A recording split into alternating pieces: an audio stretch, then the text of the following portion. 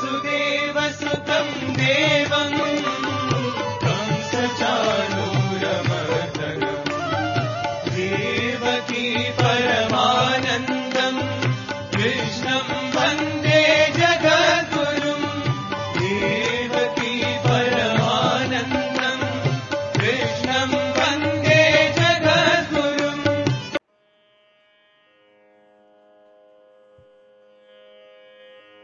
శ్రీ గురుభ్యో వ్యాస విరచిత శ్రీమద్భాగవతంలో దశమ స్కందంలో నేడు మనం 36వ అధ్యాయం ప్రవచించుకోబోతున్నాం.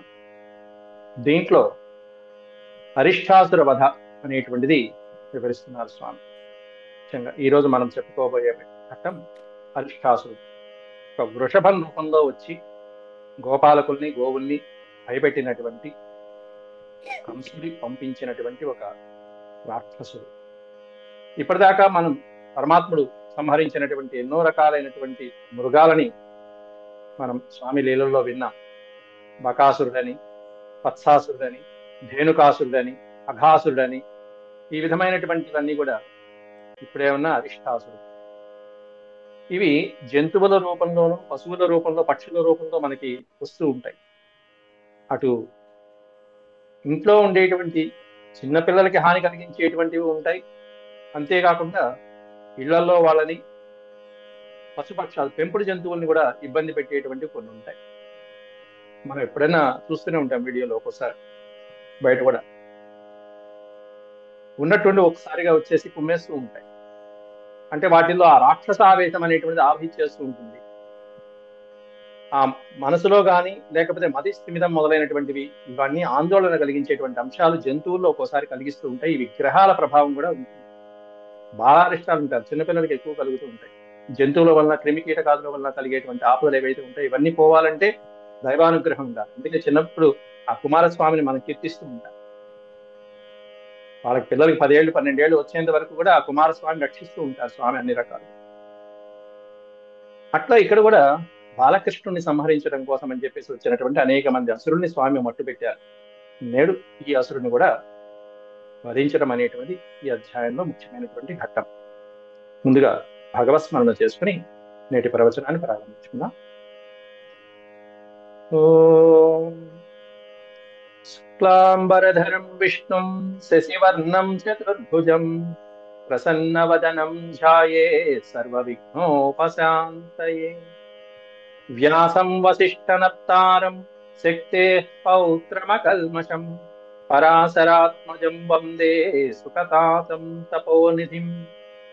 వ్యాసాయ విష్ణురూపాయ వ్యాసరూపాయ విష్ణవే నమో వై బ్రహ్మనిధయే వాసిష్ఠాయ నమో నమః. నారాయణం నమస్కృత్య నరం చైవ నరోత్తమం దేవీం సరస్వతీం వ్యాసం తతో జయముదీరయేత్. దశమస్కందం 36వ అధ్యాయం.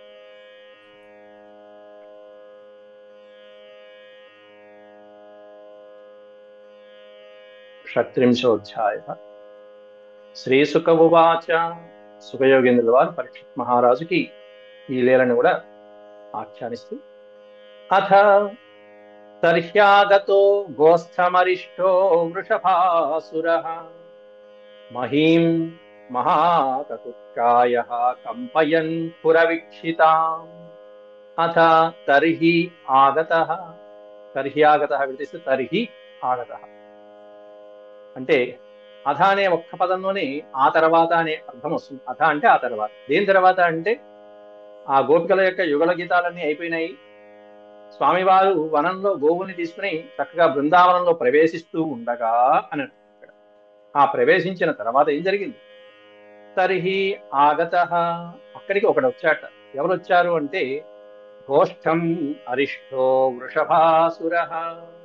వృషభాసురుడు అనేటువంటి ఒక మహా అసురుడు, కంసుడు పంపగా వచ్చినటువంటి వాడు అరిష్టాన్ని, గోష్ఠాన్ని, అరిష్టాన్ని కలిగించడం కోసం అని చెప్పేసి, అంటే ఈ గొల్లపల్లెల్ని, ఈ బృందావనాన్ని, గోకులనందు ప్రవేశించి అల్లకల్లోలం చేయడానికి వచ్చినటువంటి వాడు ఒకడు వచ్చాడు. వాడు ఎట్లా ఉన్నాడు?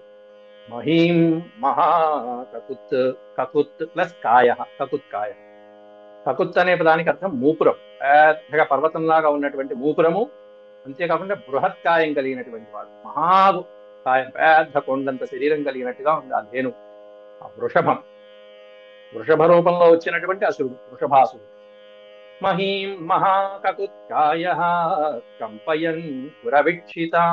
మహాకకుత్కాయ, భయంకరమైనటువంటి ఆకారం కలిగిన వాడు మహీం కంపయన్, భూమిని కంపింపచేస్తూ వస్తున్నాడు. మహీం అంటే భూమాత.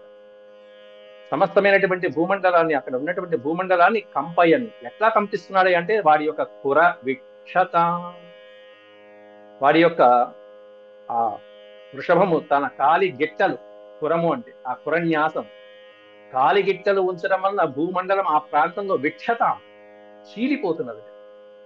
ఆ చీలిపోతున్నటువంటి భూమి, దృఢమైనటువంటి ఆ గిట్టల తాకిడికి భూమి కంపించిపోతూ ఉన్నది. అట్లాంటి కంపించిపోయేటువంటి విధంగా వాడు గొల్లపల్లెకి, ఆ బృందావనంలో ఆ ప్రాంతానికి వస్తున్నాడు వృషభాసుడు, భయంకరమైనటువంటి ఆకారంతో వస్తూనే వాడి యొక్క ఒక 3 శ్లోకాలలో వాడి అవతారాన్ని, వాడి ఉత్సాహాన్ని వర్ణిస్తున్నారు. రంభమాణ కరతరం పదాచ విలిఖన్మహీం ఉద్యమ్య పుచ్చం వప్రాణి విషాణాగ్రేణ చోద్ధరన్. రంభమాణ కరతరం, కరతరం, కరతరం అంటే కర్ణ కఠోరంగా, చెవులికి వింటానికి అబ్బా ఏమిటి శబ్దం అన్నట్టుగా ఉన్నటువంటి రంభమాణ, ఒక్కసారిగా రంకె పెట్టాడు పెద్దగా. ఆ వృషభం రంకె పెడితే ఎట్లా ఉందంటే కరతరం, వినసొంపుగా ఉందా? ఆహా కాదు, కర్ణ కఠోరంగా ఉంది. కర్ణ కఠోరమైనటువంటి ఆ రంకె పదాచ విలిఖన్ మహీం, వాడి యొక్క పదములతోనే ఉన్న భూమిని, మహీం విలిఖన్, బాధ పెడుతూ భూమండలాన్ని కూడా చీల్చివేస్తున్నట్టుగా పరిగెత్తుకుంటూ వస్తున్నాడు వాడి యొక్క పురన్యాసంతో, వాడి యొక్క పదములతో. అంతేకాకుండా ఎంత ఉత్సాహం అంటే ఉద్యమ్య పుచ్చం, పుచ్చం ఉద్యమ్య, ఉత్ అనే పదం ఎక్కడ వచ్చినా పైకి లేపడం అన్నది, ఉత్తిష్ట అన్నది. ఉద్యమ్య, తోకని, వాడి యొక్క పుచ్చాన్ని, తోకని, వాలాన్ని పైకి లేపి, ఏదో పోటీకి వెళ్తుంటే చూస్తూ ఉంటారుగా మీరు, ఒక్కోసారి పోటీకి వెళ్తున్నటువంటి ఎంత ఉత్సాహం, తోకని పైకి లేపి పుచ్చం, పుచ్చముద్యమ్య వప్రాణి విషాణాగ్రేణ చోద్ధరన్. అంతేకాకుండా వప్రాణి, వాడి యొక్క విషాణమైనటువంటి అగ్రభాగంతో, విషాణము అంటే కొమ్ము, ఆ 2 కొమ్ముల యొక్క అగ్రభాగం అంచులతో వప్రాణి ఉద్ధరన్. వప్రము అంటే మనకి పొలం పక్కన ఉన్నటువంటి గట్లు గాని, లేకపోతే నదీ ప్రవాహానికి పక్కన ఉన్నటువంటి ఆ గట్లు ఏవైతే ఉంటాయో, ఇళ్ల పక్కనో లేకపోతే చేల పక్కనో ఉన్నటువంటి గట్లు, దిబ్బల్లాగా ఉండేటువంటి దాన్ని వప్రము అంటారు, కాస్త ఎత్తుగా ఉండేటువంటి. ఆ గట్లని వాడి యొక్క కొమ్ములతో, వాడి అయినటువంటి కొమ్ములతో ఉద్ధరిస్తూ, అలా ఉద్ధరించడం వల్ల మట్టిని పెళ్లగించడం అనేటువంటిది వాటికి ఎక్కువగా ఆనందాన్ని కలిగించేటువంటి విషయం. అంటే తర్వాత దేన్నో గుద్దబోతుంది అనేటువంటి అర్థం. ఒక రకంగా యుద్ధానికి వెళ్ళేటప్పుడు ఉత్సాహంగా ఉన్నప్పుడు ఆ వృషభాలు ఆ విధంగా మట్టిని పెళ్లగిస్తూ ఉంటాయి. అసలైతే ఒక రకంగా అది శుభ సూచకం. వాస్తుశాస్త్ర ప్రకారం ఎక్కడైనా గృహప్రవేశం జరిగే చోట ఏదైనా ఎద్దు వచ్చి అక్కడ మట్టిని పళ్ళగిచ్చిందంటే అది శుభ సూచకం. అది వాస్తుశాస్త్రం ప్రకారం చాలా మంచిది. ఒక ఎద్దు గాని ఆవు గాని వచ్చి అట్లా కొమ్ములతో అలా మట్టిని పైకి లేపిందంటే అది చాలా పవిత్రమైన ప్రాంతం అని అర్థం. ఇక్కడ వృషభాసుడు వస్తున్నాడు మొత్తం అల్లకల్లోలం చేయడానికి, ఉత్సాహంగా వస్తున్నాడు. వచ్చి ఓ పక్కనే ఉన్న రంకెలు వేస్తూ వస్తున్నాడు, భూమండలాన్ని వాడి యొక్క కాలి గిట్టలతో చీల్చి పారేస్తూ వస్తున్నాడు. తోకని పైకెత్తి ఆ కొమ్ములతో ఉన్నటువంటి ప్రాకారాలు, ఎత్తుగా ఉన్నటువంటి దిబ్బల్ని, గట్లని ఛేదించుకుంటూ వచ్చేస్తున్నారు. అలాగే కించిత్ కించిత్ కించిత్ కించిత్ సకృన్ముంచన్ మూత్రయన్ స్తబ్దలోచన. కించిత్ కించిత్ సకృన్ముంచన్ మూత్రయన్ స్తబ్దలోచన. యస్య నిర్హ్రాదితేనాంగ నిష్ఠురేణ గవాం నృణా. అంగ అనే పదం పరీక్షిత్ మహారాజుకి వాడిన సంబోధన వాచకం. ఓ మహారాజా, కించిత్ వస్తున్నటువంటి, మామూలుగా 4-5 ఆవులు, గేదెలు, పశువులు అట్లా వెళ్తున్నాయంటే రోడ్ల మీద మనం చూస్తూనే ఉంటాం. మూత్రయన్ విసర్జన్, అలా మూత్ర విసర్జన చేసుకుంటూ పేడ వేసుకుంటూ వెళ్ళిపోతూ ఉంటాయి, దాని దోవన వెళ్ళిపోతుంది. కించిత్ కించిత్, కొంచెం కొంచెం. శక్రున్ శక్రున్ ముంచన్, శక్రున్ అనే పదానికి పేడ వేయటం, శక్రున్ ఆ పేడ వేస్తూ మూత్రాన్ని విసర్జన చేస్తూ స్తబ్ధలోచన. స్తబ్ధలోచన అంటే నేత్రములు నిశ్చలంగా పెట్టి కృష్ణుడు ఎక్కడ ఉన్నాడు, కృష్ణుడిని సంహరించాలి, అల్లకల్లోలం చేయాలనేటువంటిది ఆ దృష్టి తదేక దృష్టితో ఉండడం స్తబ్ధలోచన అంటే కాన్సన్ట్రేషన్, నిశ్చలమైనటువంటి. యస్య నిర్హ్రాదితేనాంగ, యస్య నిర్హ్రాదితేనాంగ, నిర్హ్రాదము అంటే రంకె వేయడం. ఓ అంగ, ఓ పరీక్షిత్ మహారాజా, ఒక్కసారిగా పెద్ద పెద్ద రంకెలు వేసుకుంటూ ఓ పక్కన నిష్ఠురేణ గవామృణ. ఎట్లా రంకె వేస్తున్నాడంటే నిష్ఠురేణ నిర్హరాదిత.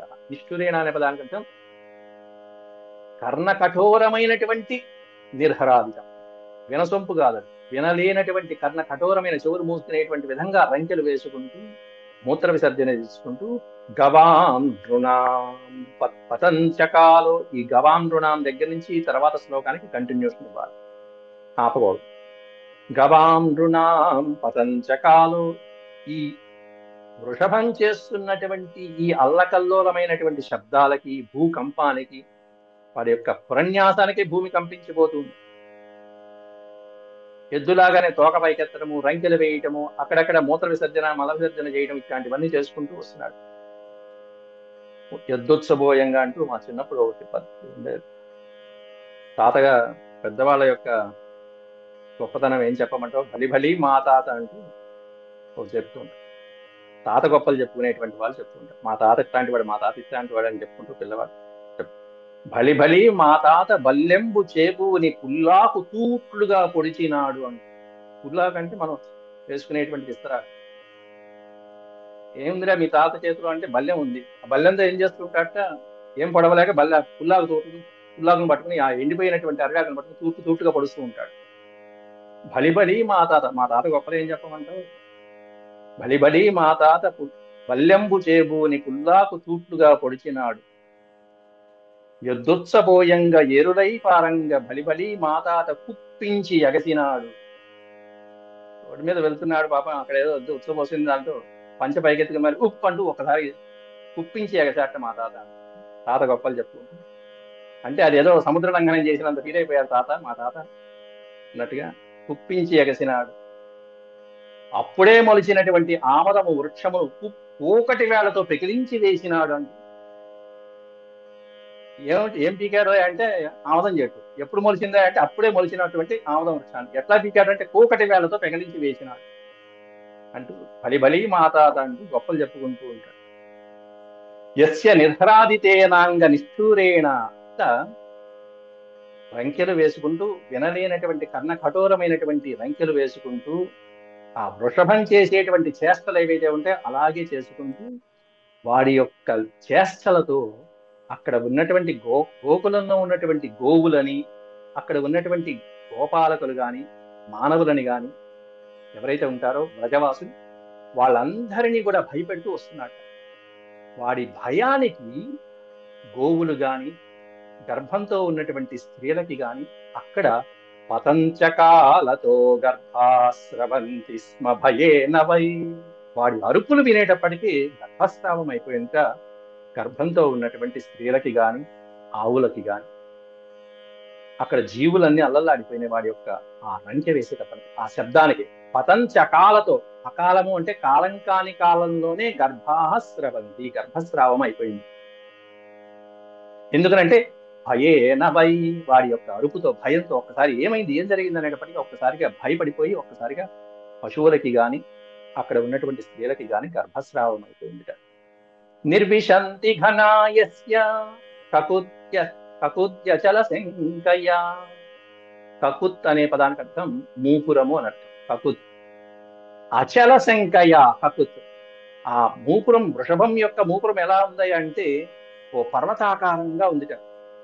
పర్వతాకారంగా ఉన్నటువంటి ఆ వృషభానికి ఆ పైన ఉన్నటువంటి మూపురమే ఒక పర్వతాకారంగా ఉంటే ఇక వాడెంత ఆకారంలో ఉన్నాడు. ఈ మూపురం పర్వతంలాగా ఉంది అని చెప్పి అక్కడే అచల శంకయ, పర్వతం అనేటువంటి శంకతో ఘన నిర్విశంతి. ఘనము అనే పదానికి అర్థం మేఘము అని అర్థం. మేఘాలు అనేటువంటివి అక్కడే నిలిచిపోయినట్టు. పర్వతం మీద ఎక్కువగా మేఘాలు విశ్రమిస్తూ ఉంటాయి, నిలిచి ఉంటాయి ఎక్కువగా. మీరు ఎక్కడైనా నార్త్ ఇండియాలో పెద్ద పెద్ద పర్వతాల దగ్గరికి వెళ్తే కేదార్నాథ్, బద్రీనాథ్, మేఘాలు ఆ పర్వతాలకి మధ్యలో పైన అట్లా కనిపిస్తూ ఉంటాయి. మన మీద మేఘాల పైన ఉన్నామా అన్నట్టుగా కాంతి కలుగుతూ ఉంటుంది. అట్లా ఈ ఎద్దు యొక్క మూపురం అనేటువంటిది పర్వతమేమో అనేటువంటి శంకతో, అనుమానంతో అనాహ మేఘాలు అనేటువంటివి అక్కడే నిశ్చలంగా ఉన్నాయిట. అంత ఆకారంతో, భారీ ఆకారంతో ఉన్నాడని చెప్పడం అక్కడ దాని అర్థం. అక్కడ పర్వతాకారం, వాడి మూపురమే పర్వతాకారంగా ఉంటే ఇంక వాడెంత ఆకారంతో ఉన్నాడు. అట్లాంటి ఆ అసురుడు తన యొక్క వాడి అయిన కొమ్ములతో గోపాలకుల్ని, గోవులని హింసిస్తూ రావడానికి సిద్ధమవుతున్నాడు. తం తీక్ష్ణ శృంగముద్వేక్ష్య గోప్యో గోపాశ్చ తత్రసు పశవో దద్రువుర్భీతా రాజన్ సంచజ్య గోకులం. తం తీక్ష్ణ శృంగం ఉద్వీక్ష్య, వాడి యొక్క తీక్ష్ణమైనటువంటి, వాడి అయినటువంటి పదునైనటువంటి శృంగాలు, కొమ్ములు, ఆ రెండు కొమ్ములు పదునుగా ఎంతో పెద్ద పెద్దవి. అట్లాంటి శృంగాలను చూసి ఉద్వీక్ష్య గోప్యో గోపాశ్చ తత్రసు, తత్రసు అంటే భయపడిపోవటం, అల్లల్లాడిపోయారు. అంత పదునైనటువంటి కొమ్ములతో, వాడి అయిన కొమ్ములతో, ఆ ఆకారంతో వస్తున్నటువంటి ఆ వృషభాన్ని చూసి గోవులు గాని, గోపికలు గాని, గోపాలులు గాని భయపడిపోయారు వాళ్ళందరూ. పశవో దద్రువుర్భీత, పశువులన్నీ భయపడిపోయి సంచజ్య గోకులం, గోకులం సంచజ్య, సంచజ్య దద్రువు, గోకులాన్ని కూడా వదిలిపెట్టేసి అక్కడి నుంచి దద్రువు, దద్రువు అనే పదానికి అర్థం పరిగెత్తుట, పారిపోవడం, అక్కడి నుంచి వదిలి పారిపోవడం, పరిగెత్తడం. పశువులన్నీ ఆ గోకులంలో ఆ కట్టేసిన ప్రాంతాల్లో, లేకపోతే హాయిగా తిరుగుతున్నటువంటి ప్రాంతాలని సంచజ్య విడిచిపెట్టేసి అక్కడి నుంచి పరిగెడుతున్నాయట పాపం గోవులు అల్లకల్లోలంగా అంటూ పరీక్షిత్ మహారాజుకి రాజన్ అంటూ సంబోధిస్తూ సుఖయోగేంద్రుల వారు చెప్తున్నారు. మరొకసారి తం తీక్ష్ణ శృంగముద్వీక్ష్య గోప్యో గోపాశ్చ తత్రసు, తత్రసు అంటే భయం. పశవో దద్రువుర్భీత రాజన్ సంసజ్య గోకులం. హే రాజన్, పరీక్షిత్ మహారాజు, ఆ విధంగా తీక్షణమైనటువంటి శృంగాలతో, కొమ్ములతో వస్తున్నటువంటి ఆ వృషభాన్ని చూసి గోపికాజనము, గోపాలులు అందరూ కూడా భయపడిపోయారయ్యా. పశువులైతే గోకులం సంచద్య, గోకులాన్ని విడిచిపెట్టి భయంతో పరిగెత్తే అక్కడి నుంచి అంటూ చెప్పారు.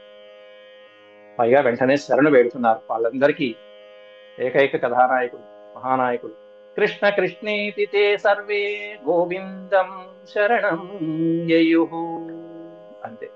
ఇది వాళ్ళ యొక్క తారక మంత్రం.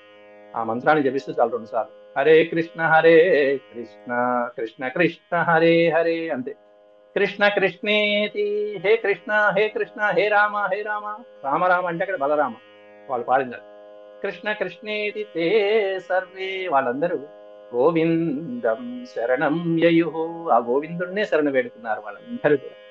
భగవానపి, ఆ భగవంతుడు కూడా వెంటనే వాళ్ళ యొక్క ఆర్తనాదం వినంగానే వెంటనే తద్వీక్ష్య గోకులం భయ విద్రుతం, భయభ్రాంతులైపోయినటువంటి ఆ గోకులాన్నంతా కూడా ఒక్కసారి చూశాడు. ఒక్కసారిగా ఆలకించి మొత్తం అంతా వాళ్ళ ఆర్తనాదాలన్నీ కూడా ఆలకించి భగవంతుడు వెంటనే అభయం ఇచ్చేస్తున్నాడు. మా భైష్ట మా భైష్ట మా భైష్ట, భయం వద్దు మీకు, భయం వద్దు అంటూ మా భైష్ట, భైష్ట అనే పదానికి అర్థం భీ అంటే భయం.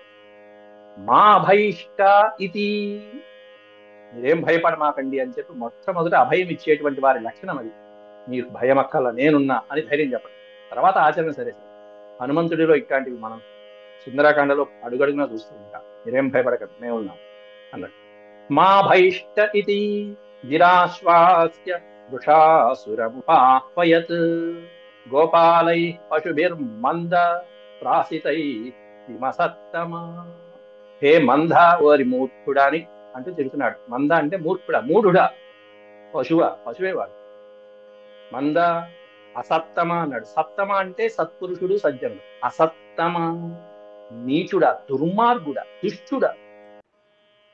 కిం త్రాసితై, వీళ్ళని భయపెట్టి నీకేం ప్రయోజనం చెప్పు, వీళ్ళని భయపెడతావా, నేనున్నారా, నీకున్నారా అంటూ పిలుస్తున్నాడు. మా భయిష్ట ఇది, ముందేం చెప్పాడు, వాళ్ళకి ధైర్యం చెప్తాడు. మా భయిష్ట ఇది గిరా ఆశ్వాస్య, ఆశ్వాస్య అంటే వాళ్ళకి ధైర్యం చెప్పి శాంతింపజేయడం, ఆశ్వాసనం కలిగించడం అంటారు దాన్ని. ఆశ్వాసన, శాంతింపజేయడం. మీరేం భయపడమాకండి అంటూ ధైర్యం చెప్పడం ఏదైతే ఉంటుందో దాన్ని ఆశ్వాసనం అంటారు. గిర అంటే వచనములు, పలుకులకు. మా భయిష్ట ఇతి గిరా ఆశ్వాస్య, భయపడమాకండి అనేటువంటి వచనాలతో ముందు శాంతింపజేసి వృషాసురం ఉపాహ్వయత్. వృషాసురం ఆహ్వయత్ అంటే పిలవటం. ఎక్కడికి పిలిచాడు? ఉప అంటే సమీపానికి. నేను ఇక్కడున్నా రా అంటూ తన సమీపానికి పిలుస్తున్నాడు స్వామి ధైర్యంగా. అది నేను ఇక్కడున్నా, రా రా రా, ఏం చేస్తావురా అంటూ వృషాసురముపాహ్వయత్ గోపాలై పశుభిర్ త్రాసితై కిం ప్రయోజనం. గోపాలకులు వీళ్ళందరూ అమాయకులు. గోపాలకుల్ని, గోవుల్ని, ఈ పశువుల్ని వీళ్ళందరినీ భయపెట్టి నువ్వేం చేసుకుంటావు? నేను ఇక్కడే ఉన్నా, రా, ఏం చేస్తావు రా, చూస్తా అంటూ మందభాగ్యుడా, మూర్ఖుడా, దుర్మార్గుడా అంటూ సంబోధించారు కృష్ణ పరమాత్మ. బలదర్పః దుష్టానాం స్వద్విధానాం దురాత్మనాం ఇత్యాస్ఫోట్యాచ్యుతోరిష్టం తల శబ్దేన కోపయన్. జబ్బలు తరుచుకున్నాడు కృష్ణ పరమాత్మ. రారా, నువ్వేం చేస్తావురా అంటూ తన భుజస్ఫాలనం అంటారు. ఆ భుజాలను ఒకసారి ఆస్ఫాలనం చేసుకుని, బలి బలి మా తాత అన్నట్టే ఒకసారి ఆ భుజాస్ఫాలనం చేసుకుని అచ్యుతుడు అరిష్టం తల శబ్దేన అంటే చప్పట్లు కొట్టి పిలవటం. రా, ఇక్కడే ఉన్నారా, తల శబ్దం, కరతాళమేమంటారు, కరతాళనం చేశారు. ఎట్టాంటి కృష్ణుడు పిలిచాడు అంటే పైన ఒక సంబోధన వేశారు.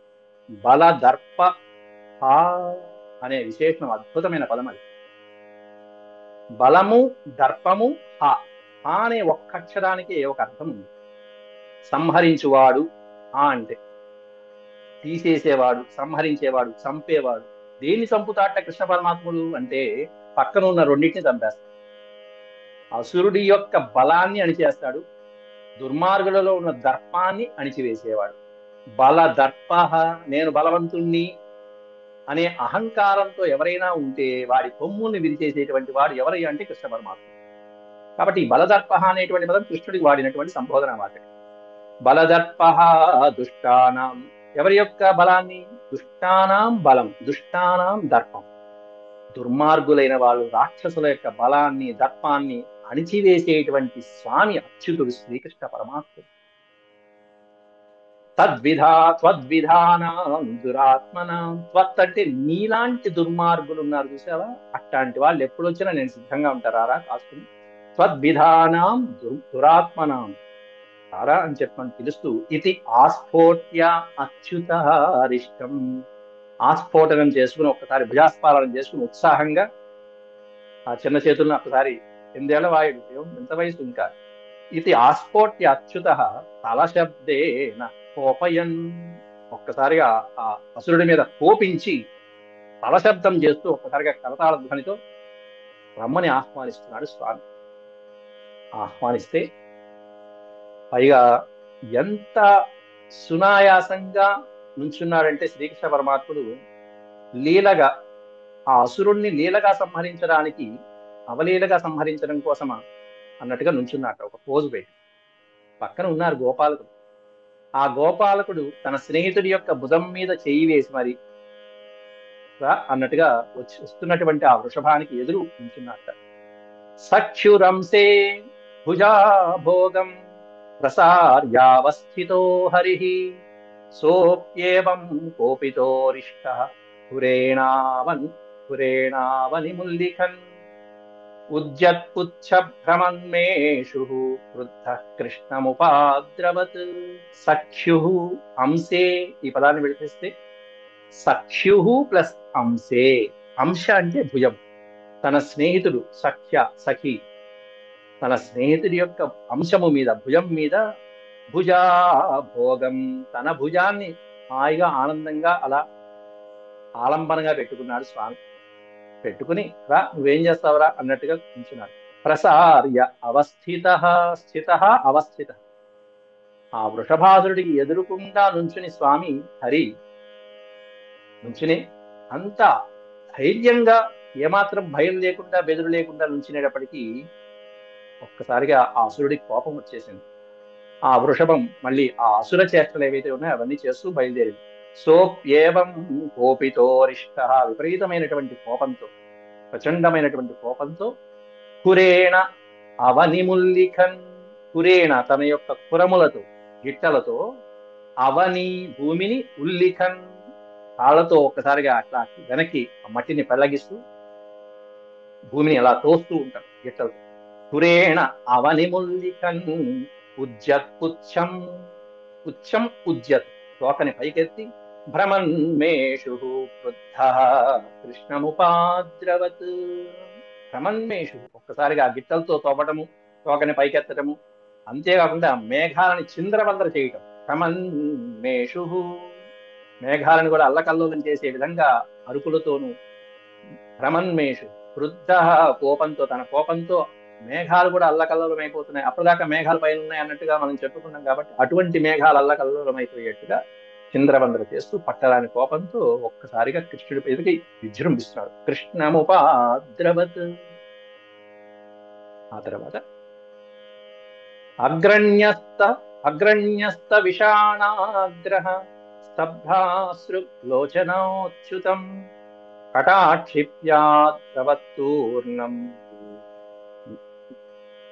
కటాక్షిప్యాద్రవత్తూర్ణం ఇంద్రముక్తో శనిర్యథ.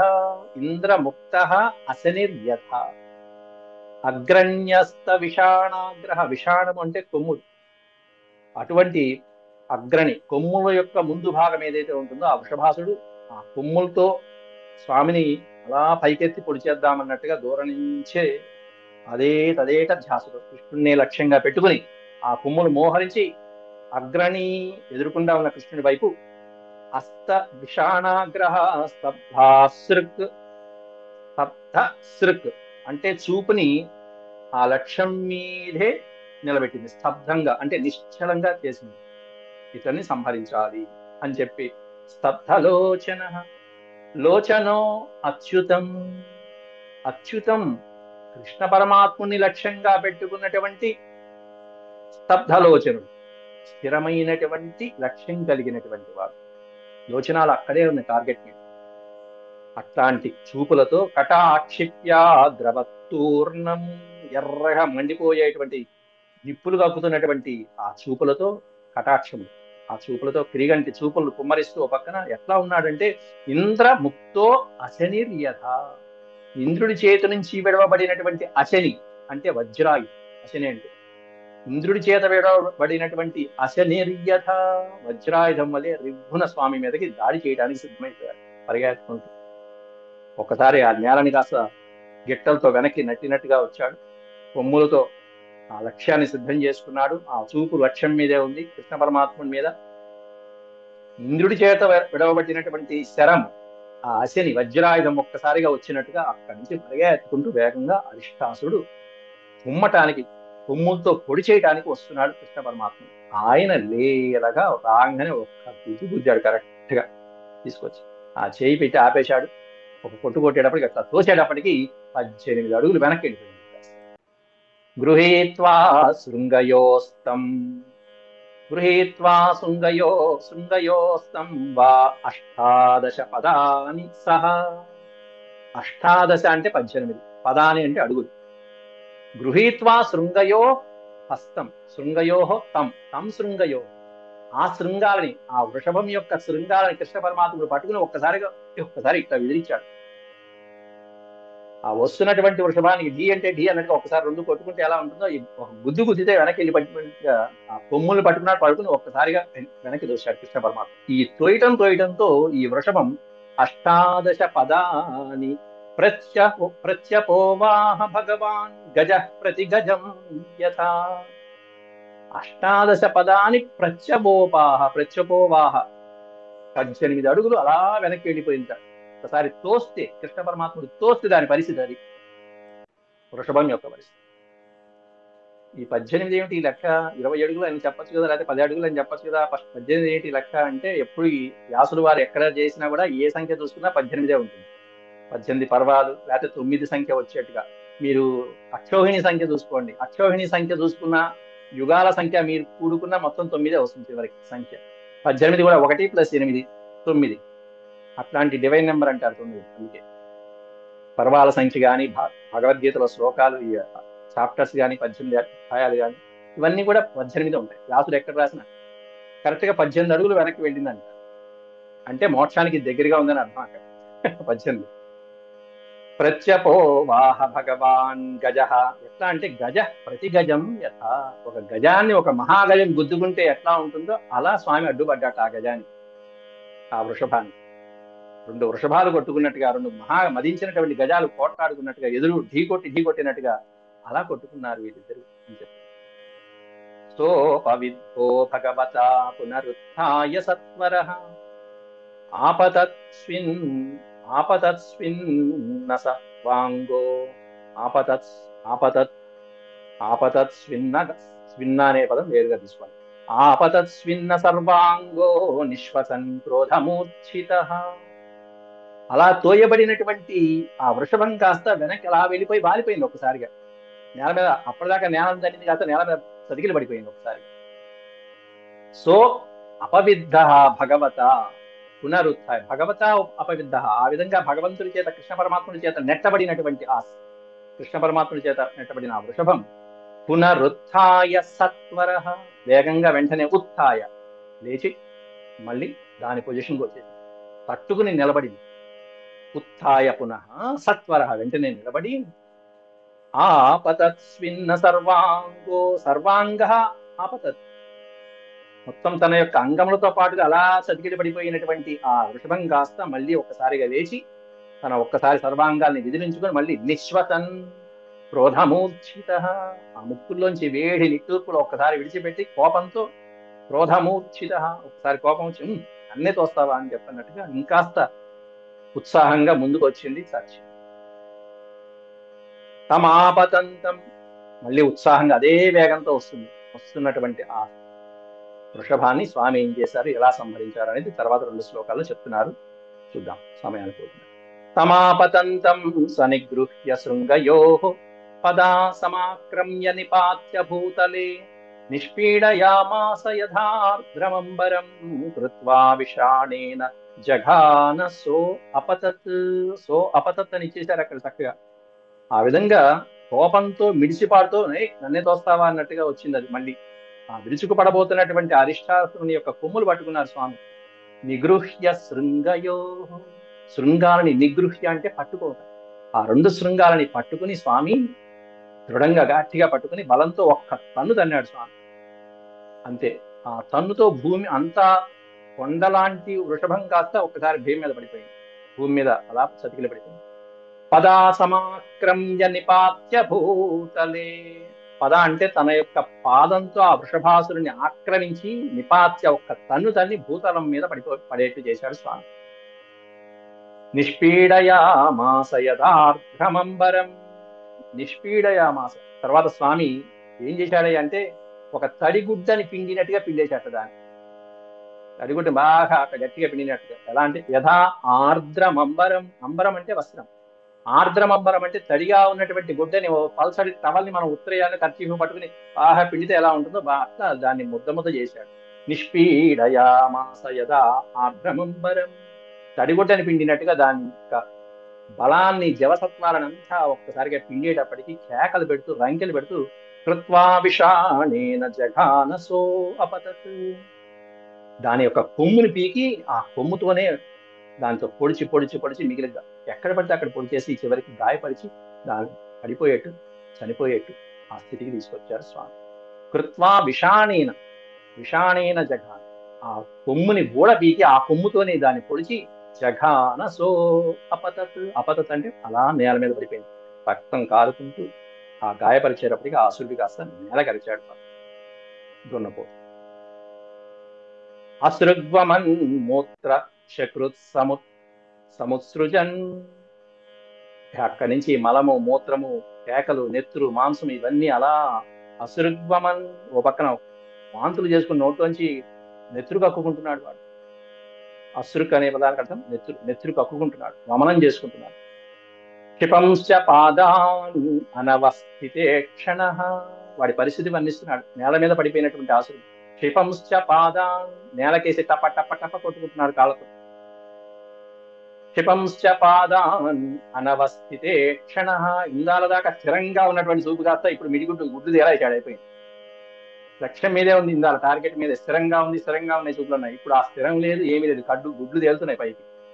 అనవస్థితే క్షణ జగామ కృచ్ఛ్రం నిరుతేరధక్షయం. జగామ కృచ్ఛ్రం, మొత్తం వెంటనే, కృచ్ఛ్రం అనే పదానికి అర్థం మరణావస్థ పొందాడు వెంటనే.